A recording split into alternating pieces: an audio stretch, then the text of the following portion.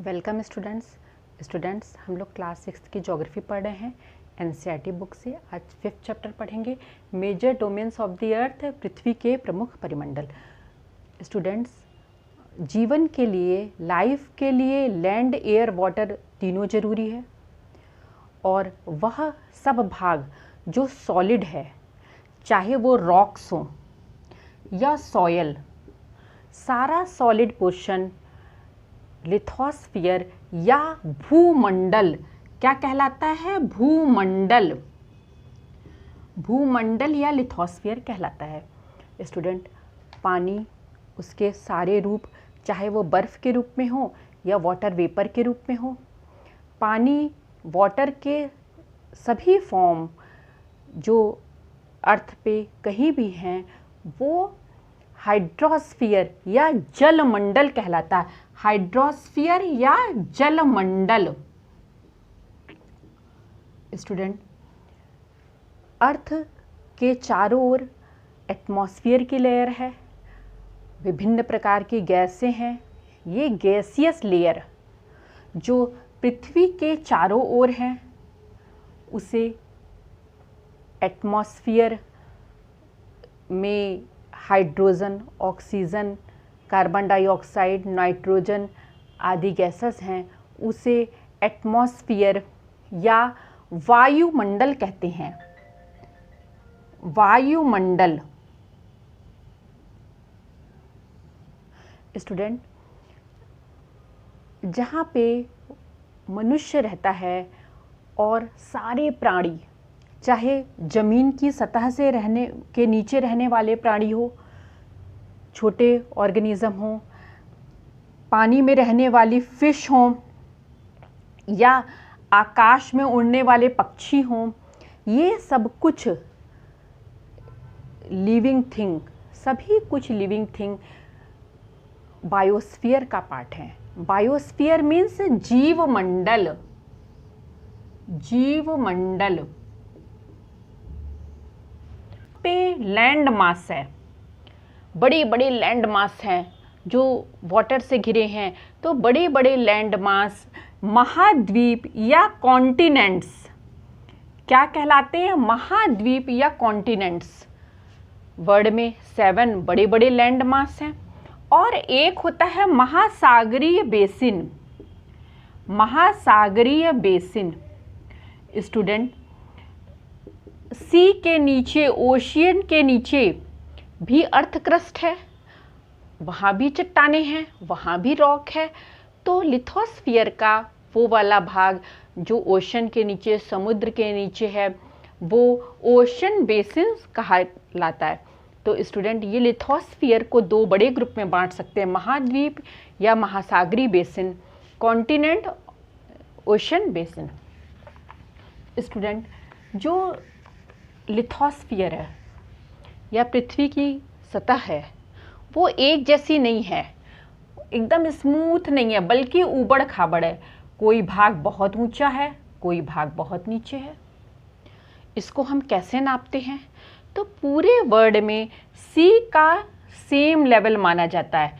समुद्र का एक ही सतह पूरे वर्ल्ड में है, तो समुद्र तल से कोई चीज़ कितनी ऊंची है उसे एलिवेशन ऑफ लैंड, किसी ज़मीन की ऊंचाई को हम समुद्र तल से नापते हैं। और ना केवल ऊंचाई को बल्कि डेप्थ को भी समुद्र तल से नापा जाता है, गहराई को भी समुद्र के तल से तुलना की जाती है। सबसे ऊंचा अर्थ पे लैंड मास कौन सा है? सबसे ऊंचा उठाव कौन सा है? सबसे हाई पे क्या है? Mount Everest. माउंट एवरेस्ट सबसे ऊंचे स्थित है। माउंट एवरेस्ट कितना ऊंचा है? 8,848 मीटर। ये उतना समुद्र तल से ऊंचा है। और सबसे अधिक गहरा क्या है? मैरियाना ट्रेंच, वो समुद्र से नीचे है, उसकी गहराई कितनी है?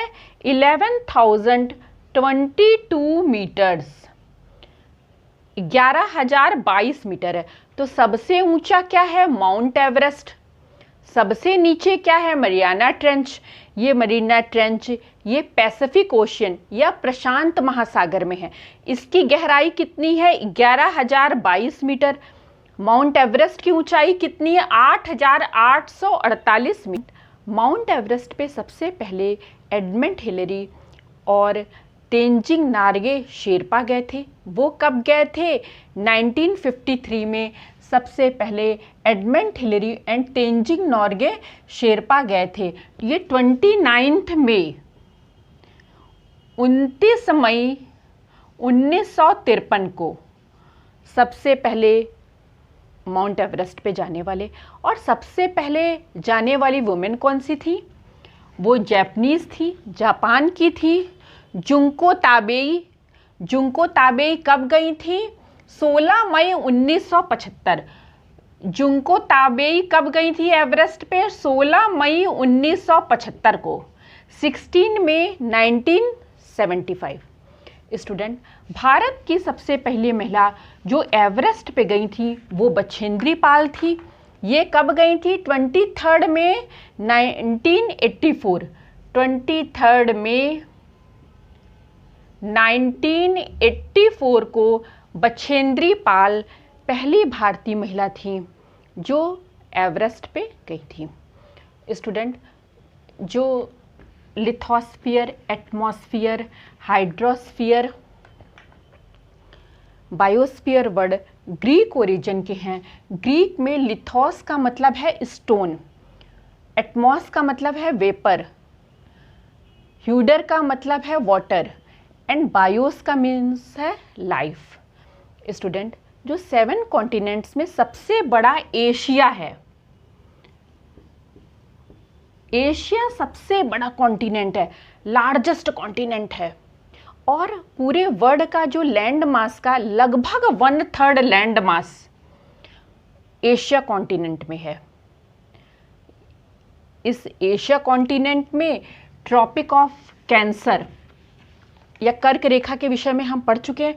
ट्रॉपिक ऑफ कैंसर एशिया महाद्वीप से होकर गुजरती है, ट्रॉपिक ऑफ कैंसर या कर्क रेखा। और एशिया और यूरोप लैंड के द्वारा जुड़े हुए हैं। एशिया के पश्चिम में यूरोप है।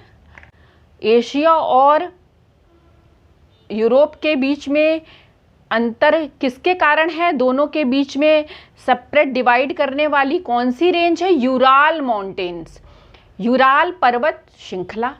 और यूरोप और एशिया मिला के यूरेशिया कहलाता है। यूरेशिया किसे कहते हैं? जब हम एशिया और यूरोप को मिलाकर कोई बात कहते हैं तो हम उसे यूरेशिया कहते हैं। यूरेशिया। स्टूडेंट, यूरोप कॉन्टिनेंट जो एशिया के पश्चिम में है छोटा है एशिया की तुलना में। और आर्कटिक सर्किल 2nd चैप्टर में पढ़ चुके हैं हम लोग। उत्तर ध्रुव वृत्त जो 66.5 डिग्री पे 66.5 डिग्री उत्तर अक्षांश से नॉर्थ लैटिट्यूड है, वो यूरोप महाद्वीप से होके जाती है और ये 3 तरफ से पानी से घिरा हुआ है। स्टूडेंट, नॉर्थ अमेरिका या उत्तरी अमेरिका तीसरा बड़ा महाद्वीप है। उत्तरी अमेरिका और दक्षिण अमेरिका 2 महाद्वीप एक दूसरे से पतले से लैंड के द्वारा जुड़े हुए हैं। उस लैंड को इस्थमस ऑफ पनामा या पनामा स्थल संधि कहते हैं। क्या कहते हैं? पनामा स्थल संधि या इस्थमस ऑफ पनामा। ये नॉर्थ वेस्ट हेमिस्फीयर में है, उत्तरी और पश्चिमी गोलार्ध में। उत्तरी अमेरिका किस गोलार्ध में है? उत्तरी और पश्चिमी गोलार्ध में। स्टूडेंट, जो अफ्रीका है वो 2nd लार्जेस्ट कॉन्टिनेंट है। अफ्रीका में Tropic of Cancer, Tropic of Capricorn और इक्वेटर तीनों है। विषुवत वृत्त या इक्वेटर, ट्रॉपिक ऑफ कैंसर या कर्क रेखा, ट्रॉपिक ऑफ कैप्रिकॉर्न या मकर रेखा, यही एक कॉन्टिनेंट है जिससे ये तीनों मुख्य अक्षांश जा रहे हैं। स्टूडेंट, अफ्रीका जल से घिरा हुआ है और यहाँ वर्ल्ड का सबसे बड़ा शुष्क मरुस्थल है, वर्ल्ड का लार्जेस्ट हॉट डेजर्ट है सहारा। क्या नाम है उस सबसे बड़े शुष्क मरुस्थल का, सबसे बड़े हॉट डेजर्ट का? Sahara desert. और जो वर्ल्ड की लॉन्गेस्ट नदी है, सबसे लंबी नदी, नाइल, नाइल या नील नदी, जो वर्ल्ड की सबसे लंबी नदी है, वो अफ्रीका से होके जाती है। स्टूडेंट, दक्षिण अमेरिका भी तीन तरफ से जल से घिरा हुआ है और ये पूरी तरह सदर्न हेमिस्फीयर में है, दक्षिणी गोलार्ध में है। यहाँ वर्ल्ड की लार्जेस्ट नदी, सबसे बड़ी नदी अमेज़न, अमेज़न सबसे बड़ी नदी है। और एंडीज पर्वत श्रृंखला इस कॉन्टिनेंट के पूरी पश्चिम में एक माउंटेन रेंज है, एक पर्वत श्रृंखला है, उसका नाम क्या है? एंडीज।